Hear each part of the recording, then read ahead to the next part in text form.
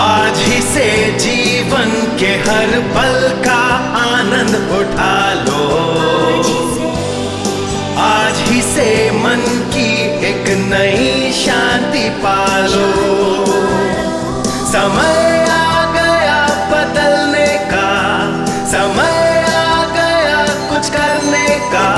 अब उठा लो आनंद प्रतिदिन के जीवन का। मेरी आज की शिक्षा का शीर्षक है संसार की सबसे छोटी बड़ी समस्या। आप कहेंगे कैसे सबसे छोटी और सबसे बड़ी हो सकती है?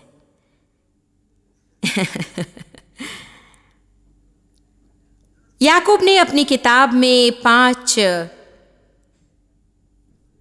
बातें बताई जिसमें 5 अध्याय शामिल हैं। ऐसे चिन्ह जो हमें बताएंगे कि हम आत्मिक परिपक्वता में कहाँ हैं। पहली बात जिसके विषय में वो बताता है, हम इसके लिए उसमें से होकर जाएंगे। निकालिए याकूब 1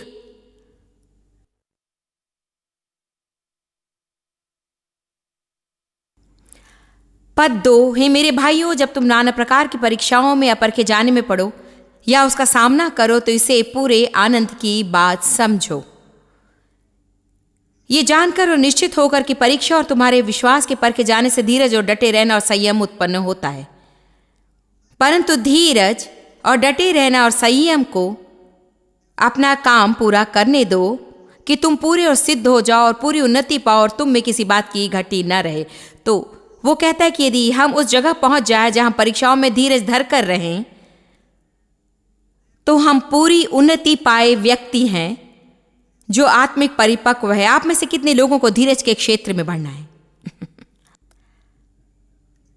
जब हम चाहते हैं कि बातें हमारी तरह से काम करें और वैसा नहीं होता तो हम क्रोधित हो जाते हैं। हमारे लिए कठिन हो जाता है कि हम उस पर अधिकार ना करें और उन बातों को हमारे हाथों में ना ले और परमेश्वर की बाट जो है और परमेश्वर को अपने तरीके से काम करने दें। इसलिए पहली बात, हम उसके विषय में फिर से बात नहीं करेंगे। दूसरी बात याकूब 1:22, परंतु परमेश्वर के वचन को करने वाले बनो, संदेश का पालन करो और केवल सुनने वाले ना बनो। अपने आप को धोखा ना दो, सत्य के विरुद्ध में सोचकर धोखा ना दो। ये मेरे लिए एक महत्वपूर्ण शिक्षा है जिस पर मैंने प्रचार किया और इस श्रृंखला में बताया। मैं इसके विषय में बस सोचती रही। ये सोचना हमें खुद को धोखा देना कितना आसान है, क्योंकि हमने वचन सुना है कि हम आत्मिक हैं। परंतु वो कहता है जो कुछ तुमने सुना है यदि तुम उसे करने वाले नहीं तो तुम धोखा खाए हो। कितने लोग कहते हैं मैं जानता हूं हमें अपने शत्रु को क्षमा करना चाहिए, परंतु जानता हूं कि मुझे क्रोधित नहीं होना चाहिए, परंतु मैं जानता हूं मुझे विश्वास का कदम लेना चाहिए, परंतु।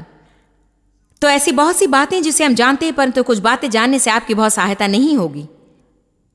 हम उसे करने में आशीषित हैं। मैं आपको अभी कई वचनों तक ले जा सकती हूं और मैं ज्यादा समय नहीं लगाऊंगी। उनमें से एक है यूहन्ना 13:17, जहां यीशु ने कहा यदि तुम इसे करोगे तो तुम आशीषित होगे। वो वहां बता रहे थे कि वे वहां अपने चेलों के पैर धो रहे थे और वो वहां बता रहे थे कि सेवक होना और लोगों के लिए आशीष होना और नम्रता का जीवन जीना और दूसरों के लिए कुछ करने की इच्छा के विषय उसने कहा यदि तुम ये करोगे, मैंने उदाहरण के रूप में किया, यदि तुम इन बातों को करो तो तुम आशीषित होगे। हम कुछ सुन रहे हैं इसलिए हम आशीषित नहीं होंगे। ओ मेरा मतलब इसे सुनना तो आशीष है क्योंकि हमारी आत्मा गवाही देती कि यह सत्य है, परंतु सच्ची आशीष तो इसे करने में आती है, वचन को करने में। देखिए, परमेश्वर पूरे दिन भर हमारे हृदय में बातें डालते रहते हैं। परमेश्वर हमारे हृदय में वो बातें डालते हैं जिसे हम कर सकते हैं। वो आशीष का मार्ग है, परंतु हमें पवित्र आत्मा के प्रति जागरूक रहना सीखना है और हमें रुकना है। जहां हमें जाना है, हमारी बातों को करने की कोशिश में जल्दबाजी नहीं करनी है, परंतु हमें रुकना है। मुझे वो वचन पसंद है जो कहता है और यीशु रुका। वो अपने रास्ते से जा रहा था और एक स्त्री पुकारने लगी या एक अंधा व्यक्ति पुकारने लगा और यीशु रुक गया। जो वो कर रहा था उसे छोड़कर उनकी सेवा की। मैं आपके साथ बांट रही हूं अपने विषय घमंड के लिए नहीं, क्योंकि कई बार मैं इन बातों को करना पसंद नहीं करती, परंतु प्रचार के लिए मुझे हमेशा उदाहरण चाहिए और ये तो ताजा है। मैं विश्वास करती हूं कि आत्मिक परिपक्वता को प्रकट करने वाली बात स्पष्ट रीति से याकूब 1:27 में दिखती है। हमारे परमेश्वर और पिता के निकट शुद्ध और निर्मल भक्ति धार्मिक काम जो बाहर प्रकट होते हैं, ये है कि अनाथों और विधवाओं के क्लेश में उनकी सुधि लें। सामान्यतः हम इसे सरल बनाकर कह सकते हैं, सच्चा धर्म, सच्ची आत्मिकता और आत्मिक परिपक्वता यहां दिखती है कि क्या हम लोगों की मदद करते हैं। सभी जगहों पर लोग हैं। क्या आप इसे समझ गए? कोई ये न कहे कि मुझे कोई मौका नहीं मिला, क्योंकि जहां कहीं आप जाते हैं वहां लोग हैं। यहां शायद सैकड़ों लोग होंगे जिनके पास पैसे नहीं होंगे कि वे बाहर उस टेप टेबल के पास जाएं और टेप्स का एक सेट या फिर एक किताब खरीदें। शायद यहां आने के लिए उन्हें अपना सब कुछ व्यय करना पड़ा। आप में से अनेक ऐसे हैं जो बाहर जाकर जो चाहे वो खरीद सकते हैं। लोगों को क्या करना चाहिए कि केवल वे अपने लिए सब कुछ ना करें, परंतु दूसरों के लिए भी कुछ करें। आमीन। आप कहेंगे, मैं कैसे जानूंगा कि कौन खरीद सकता है और कौन नहीं? देखिए, प्रश्न पूछिए। मैं हर समय प्रश्न पूछती हूं। यदि आप आशीष होना चाहते हैं तो सभा खत्म होने के बाद बाहर जाएं और टेबल के पास रहें, और जो लोग देख रहे हैं उनसे आप कहें कि आपको किस चीज की जरूरत है। इसे कहने में ज्यादा समय नहीं लगेगा कि मैं अभी कुछ नहीं खरीद सकता, परंतु जब मैं खरीद सकूंगा तब ये खरीदूंगा। आप उन्हें खरीद कर दे सकते हैं और आशीष पा सकते हैं। आमीन। आज सुबह हम अपना होटल छोड़ रहे थे और वहां एक स्पेनिश स्त्री होटल की सफाई कर रही थी और वो थकी हुई दिख रही थी, थकी हुई और कमजोर दिख रही थी। वो इंग्लिश नहीं जानती थी, मैं स्पेनिश नहीं जानती थी, तो हम ज्यादा बात नहीं कर सके। लेकिन मेरे पास मेरी सारी किताबें थी। हम कुछ मिनट देर से चल रहे थे। हम होटल से बाहर आने की कोशिश में थे। मेरे हाथ किताबों से भरे थे। कोई और सामान की बहुत बैग उठाया था और मेरे पास मेरा पर्स भी था। हम अपने रास्ते पर थे और मैंने उसे देखकर सोचा कि वो स्त्री मेरे समान आशीषित नहीं है। जो मेरे पास है वो उसके पास नहीं है। मुझे उसे कुछ पैसे देने की इच्छा हुई तो मैंने अपनी वस्तुएं नीचे रख दी। देखिए, आपको इसकी जरूरत नहीं, मैं आपको ये बता रही हूं, मैं आपको विचार देने की कोशिश कर रही हूं। मैं विश्वास करती हूं कि ये बातें हमारे जीवन में आशीष लाएंगी। मैं ये विश्वास करती हूं जब कभी हम आशीष होने के मौके को छोड़ देते हैं, तब जो परमेश्वर हमारे जीवन में करना चाहते हैं उसे हम चूक जाते हैं। मैं सोचती हूं कि वो तो स्वार्थी लोग बहुत ही दुखी होते हैं। सच्चाई तो ये है कि मैंने अब तक इसके विषय में नहीं सोचा था, परंतु आज सुबह मैं जो अच्छे से हंसी, शायद ये उसका कारण हो सकता है। आमीन। निश्चय ही आप जानते, यदि आप टीवी में देख रहे हैं या यहां देरी से आए हैं और क्या हुआ ये आपने नहीं देखा आराधना के समय में, मैं हंसी जो कि मेरे अंदर से आ रही थी, जो 5 मिनट तक रही, मेरा मतलब वो गहरी थी। मुझे नहीं मालूम कि इसके पहले मैं इतनी गहराई से कितनी बार हंसी। मैंने पूरी रीति से ताजगी महसूस की। तो देखिए, शायद यदि मैं नहीं रुकी होती, शायद यदि मेरी बातों को कहते रहती, तो शायद मैं वो उमड़ता हुआ आनंद खो बैठती। मैं रुक गई और मेरे पर्स में से मैंने कुछ पैसे निकालकर उसे देते हुए कहा कि मैं चाहती हूं कि तुम जान जाओ कि यीशु तुमसे प्रेम करता है। और उसने कुछ कहा, मैं वो समझ नहीं सकी। फिर उसने कहा एडियोस, और मैं जानती थी उसका अर्थ क्या होता है, तो मैंने कहा एडियोस, हालेलुया, और मैं चली गई। एक बार और आप गलत ना समझे, मैं जानती हूं कि जो कुछ हमने किया उसे लोगों को बताना नहीं चाहिए। बाइबल कहती है कि गुप्त में दे। मैंने आपको इसलिए नहीं बताया कि आज मेरे विषय में अच्छा सोचे, मैं तो जब हम कर सकते उसका उदाहरण आपको दे रही थी। कृपया आत्मिक परिपक्वता स्वार्थ और स्वकेंद्रित होना नहीं है। आत्मिक परिपक्वता आशीष होने के लिए मार्ग ढूंढती है। आमीन। ठीक है, तो परिपक्व मनुष्य परीक्षा में धीरज धरता है, वो वचन को करने वाला है याकूब 4:1। पहले 2 वचन, तुम में लड़ाइयां और झगड़े कहां से आ गए? क्या उन सुख विलासों से नहीं जो तुम्हारे अंगों में लड़ते भिड़ते हैं? तुम दूसरों की चीजों की लालसा रखते हो और तुम्हें मिलता नहीं है तो तुम हत्या और डाहा करते हो। तुम्हें इसलिए नहीं मिलता कि तुम मांगते नहीं। तो सामान्यतः हमने कल इसके विषय में बात की और वो कहता है कि लोग बस वस्तुएं चाहते हैं, इसलिए वे झगड़े से भरे हैं और लड़ रहे हैं और बहस कर रहे हैं। लोगों के पास जो है उसमें वे संतुष्ट नहीं हैं। वे दूसरे लोगों से जलन रखते हैं। मैंने कल ये बात स्पष्ट बता दी थी कि जब आप कुछ चाहते हैं, परमेश्वर आपके सामने से बहुत से लोग भेजेगा जिनके पास वो सब कुछ होगा जो आप चाहते हैं। और ये परीक्षा है। हमने पहले भी परीक्षा के विषय में कहा, परीक्षा में सफल नहीं हुए तो आपको दोबारा लेना होगा। जिन लोगों के पास वो है जो हम चाहते हैं, उन लोगों के लिए जब तक हम आनंदित ना हो तब तक हम उसे नहीं पाएंगे। आमीन। याकूब 5 पहले कुछ वचन धनी लोगों के विषय में बात करते हैं और उन लोगों से कैसे व्यवहार करना है। एक क्षेत्र के विषय मैंने कल बात नहीं की, परंतु आज कहना चाहूंगी। वचन 4 कहता है, देखो जिन मजदूरों ने तुम्हारे खेत काटे उनकी वो मजदूरी जो तुमने धोखा देकर रख ली है चिल्ला रही है। परमेश्वर धनी लोगों से एक बात कहता है, यदि तुम व्यापारी हो या तुम्हारे पास कर्मचारी हैं तो अच्छा है कि तुम उनसे अच्छा व्यवहार करो और तुम उन्हें सही तनख्वाह दो।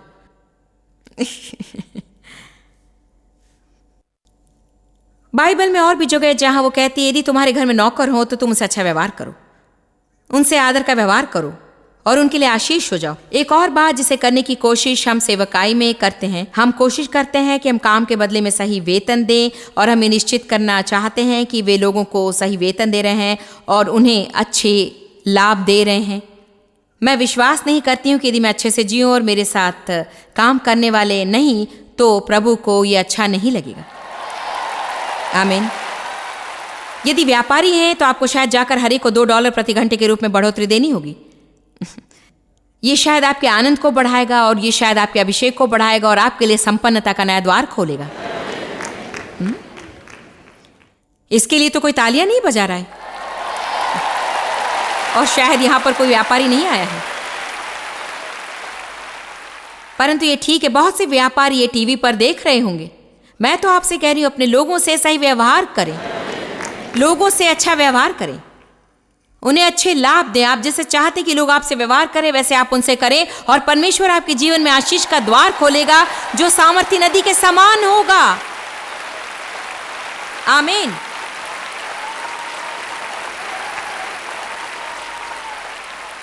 फिर याकूब ने वो कहा जो आज हमारे संदेश में है। याकूब 1:26, यदि कोई अपने आप को भक्त समझे परंतु मुंह में लगाम ना लगाए। हम वहां हैं, है कि नहीं? याकूब अध्याय 3:2, इसलिए कि हम बहुत बार चूक जाते हैं और कई बातों में चोट खाते हैं। जो कोई वचन में नहीं चूकता है, जो कोई गलत नहीं बोलता है, वही तो पूरी उन्नति पाया है। एक सिद्ध मनुष्य है और वो पूरा परिपक्व है और वो सारी देह पर भी लगाम लगा सकता है और स्वभाव को नियंत्रित कर सकता है। बाप रे! वो कहता है जो कोई अपने मुंह पर नियंत्रण रखता है और गलत नहीं बोलता है, वो अपने जीवन की हर बातों पर नियंत्रण कर सकता है। तो ये हमें बताता है कि नियंत्रण करना कितना कठिन है। आप में से कितने इस पर सहमत हैं? हम यहां एक वचन पढ़ेंगे जो कहता है नहीं, मनुष्य जीव को नियंत्रित कर सकता है। हमें प्रभु को पुकारना है, हम इसे अपने आप नहीं कर सकते हैं। वो अपने शरीर पर नियंत्रण रखने योग्य है। तो ये वचन सच में कह रहे हैं कि यदि आप अपनी जीभ पर नियंत्रण कर लें तो भविष्य पर नियंत्रण करेंगे। मैं ये नहीं कह रही कि हम परमेश्वर पर नियंत्रण कर सकते हैं। परमेश्वर के पास हर व्यक्ति के भविष्य के लिए अच्छी योजना है और मैं सोचती हूँ कि हमें से बहुत से लोग परमेश्वर की योजना को अपने ही मुंह से मार देते हैं। अपने ही मुंह से अपने जीवन में परमेश्वर की योजना को न मारें। परमेश्वर के पास यिर्मयाह के लिए योजना थी और जैसे उसने यिर्मयाह को वो बताया तब यिर्मयाह कहने लगा मैं ये नहीं कर सकता, मैं तो छोटा हूं, मैं ये नहीं, मैं वो नहीं। परमेश्वर ने कहा वो मत कहे। प्रभु नहीं चाहता था कि यिर्मयाह उसकी योजना को मार डाले। जो हम कहते वो परमेश्वर की योजना में सहायक होना चाहिए, परमेश्वर की योजना को मारना नहीं चाहिए। यदि आप सुबह निराशा महसूस करते हैं परंतु आप आनंद महसूस करना चाहते तो ये न कहें मैं निराश हूं, कहें मेरे पास आनंद है, वो मेरे अंदर है और वो बाहर आ रहा है। हम ये बताना चाहते हैं कि हम कैसा महसूस कर रहे हैं। मैं महसूस करती हूं, मैं महसूस करती हूं, मैं चाहती हूं, मैं चाहती हूं, मैं सोचती हूं, मैं सोचती हूं, मैं चाहती हूं और मैं सोचती हूं, मैं सोचती हूं। यही तो वो बात है जो हम दूसरों से अधिक बोलते हैं। हम क्या सोचते हैं, हमें क्या चाहिए और हम क्या महसूस करते हैं, हमें परमेश्वर क्या कहते हैं उसके विषय में बातें करना है।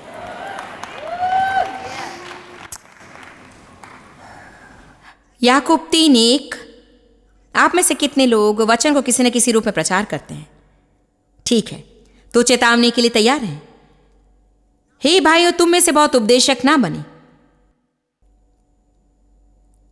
क्योंकि जानते हो कि हम उपदेशक और भी दोषी ठहरेंगे। हमारा न्याय ऊंचे स्तर से और दूसरे लोगों से भी अधिक ऊंचे स्तर से होगा। इसीलिए हम बड़ा लेखा देने वाले और बहुत बातों के दोषी ठहरेंगे। वो कह रहे यदि आप वचन प्रचार करेंगे तो आपकी दुगनी जिम्मेदारी होती है कि रविवार को आपके मुंह से वचन निकले और सोमवार को आप शत्रु की ओर से बोलने वाले ना हो। मैं इसे गंभीरता से लेती हूं। प्रभु ने मुझे दिखाया कि यदि मैं पूरे हफ्ते अपना मुंह भक्तिहीन बातों के लिए उपयोग करूं तो यह अपेक्षा ना करूं कि जब मैं पलपिट पर आऊंगी तो अभिषेक होगा। यह महत्वपूर्ण है जो डेव और मैं कहते हैं। अगुवेपन में बड़ी जिम्मेदारी होती है। यह हर एक विश्वासी के लिए बड़ा महत्वपूर्ण है।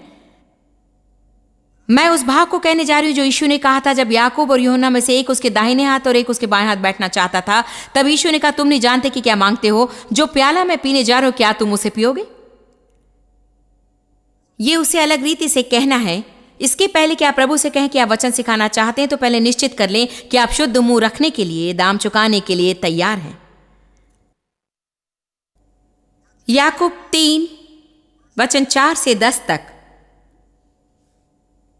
वो हमें उन समस्याओं की गंभीरता बताता है जो अनुशासनहीन जीभ के द्वारा आती है। हम अपने वश में करने के लिए घोड़े के मुंह में लगाम लगाते हैं तो हम उसकी सारी देह को भी फेर सकते हैं। अब मैंने कभी भी घोड़े की देखभाल नहीं की है, परंतु मैं सोचती हूँ, मैं इतना तो जानती हूँ कि वे घोड़े के मुंह में कुछ रखते हैं जिसे लगाम कहते हैं। मैं अनुमान लगाती हूँ कि वो तो धातु का छोटा सा टुकड़ा है और उसे थोड़ा सा इधर या उधर खींचने के द्वारा घोड़ा उसी बाजू में जाएगा या इस तरफ जाएगा। तो यहां वो कह रहा है कि हमारा मुंह हमारी दिशा दर्शाता है। जहाज यद्यपि ऐसे बड़े होते हैं और प्रचंड वायु से चला जाते हैं तो भी एक छोटी सी पतवार के द्वारा माजी की इच्छा के अनुसार घुमाए जाते हैं। वो कहता है जीभ छोटा सा अंग है परंतु वो आपके जीवन को दिशा देता है। आपको इसे गंभीरता से लेना है। मैं चिंता नहीं करती कि आपने मुंह के बारे में कितने संदेश सुने हैं। आज आप ऐसा व्यवहार करें कि आपने एक भी नहीं सुना। मैं चाहती हूं कि आप अपने कानों से सुने और आत्मा के कानों से सुने। वो क्या कहता है कि मेरा मुंह मेरे जीवन को निश्चित करता है। परमेश्वर के पास की योजनाओं को मेरा मुंह मार सकता है या परमेश्वर के पास की योजनाओं के साथ मेरा मुंह सहभागी हो सकता है। उसने उदाहरण दिए हैं। घोड़ा एक बड़ा प्राणी है परंतु उसके मुंह का छोटे से धातु का टुकड़ा उसे दिशा देता है। जहाज एक बड़ा पात्र है परंतु वो पूरा बड़ा जहाज एक स्टीयरिंग व्हील के द्वारा मोड़ा जा सकता है, जो कि जहाज की तुलना में एक छोटा सा भाग है। ठीक उसी तरह हमारे शरीर की तुलना में जीभ तो सबसे छोटा अंग है परंतु फिर भी वो सबसे बड़ी समस्या है। क्या आज मैं आपसे बिना खेद के कह सकती हूं कि मेरा मुंह और आपका मुंह ही तो हमारी सबसे बड़ी समस्या है।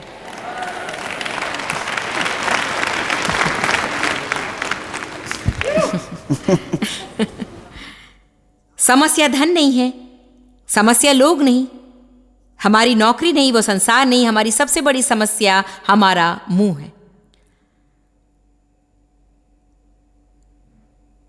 वचन 5, वैसे ही जीभ भी एक छोटा सा अंग है और बड़ी बड़ी डींगे मारता है। देखो, थोड़ी सी चिंगारी से कितने बड़े वन में आग लग जाती है। एक चिंगारी, इस उदाहरण को समझ लें। एक चिंगारी ने यहां हजारों और हजारों जगह को जला दिया होगा। वो इसी उदाहरण का उपयोग हमारी जीभ के लिए कर रहा है। एक छोटा सा शब्द, क्या आप जानते कि वो शब्द संबंध तोड़ सकता है, जोड़ सकता है? क्या आप ये जानते हैं? शब्द ही संबंधों की मुख्य बात है। वही निश्चित करते हैं कि संबंध अच्छे होंगे या बिगड़ जाएंगे। शब्द ही तो संसार में सबसे बड़ा अंतर लेकर आते हैं। जो अद्भुत है कि लोग हम उनसे कैसे बात करते हैं उसके आधार पर हमें देखते हैं। आदर के क्षेत्र में आज बहुत बड़ा नुकसान हुआ है।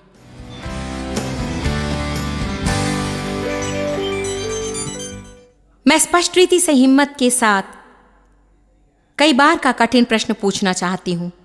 क्या आप जानते कि आप अपना अनंत काल कहां बिताएंगे? यदि यीशु आज वापस आ गए तो क्या आप जानते हैं कि आप स्वर्ग में जाएंगे और उसके साथ अनंत काल बिताएंगे? क्या आप सोचते हैं कि आप अंत में कहां जाएंगे? बाइबल कहती कि हमारे पास उद्धार की शाश्वती है। हमारे पास शाश्वती हो सकती कि हमारे नाम मेमने की जीवन की पुस्तक में लिखा गया है। क्या आप जानते थे कि यीशु आपके लिए मरे, कि उसने आपके सभी पापों के लिए दाम चुकाया? उसने आपके लिए अपना लहू बहाया। एक पापी के रूप में आपका जो दंड था वो उसने लिया। हाँ, एक पापी के रूप में।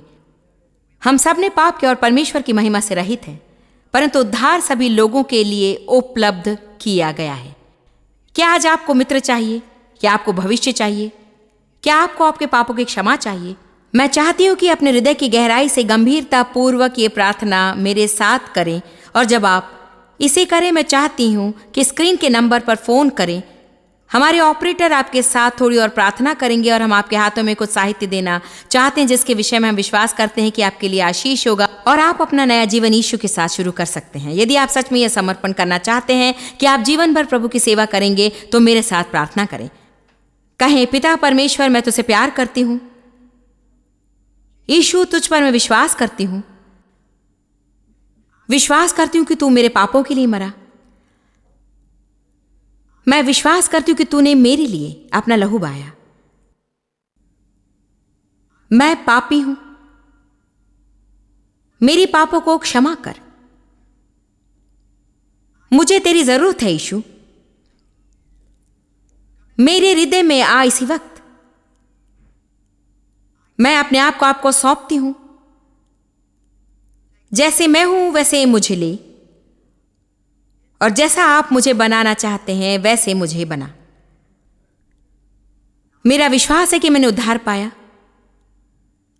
मैं स्वर्ग के रास्ते पर हूं। मैं आपकी महिमा के लिए जीना चाहती हूं और यात्रा का आनंद लेना चाहती हूं। आमीन। प्रभु आपको आशीष दे। परमेश्वर के साथ अपनी नई चाल का आनंद लें।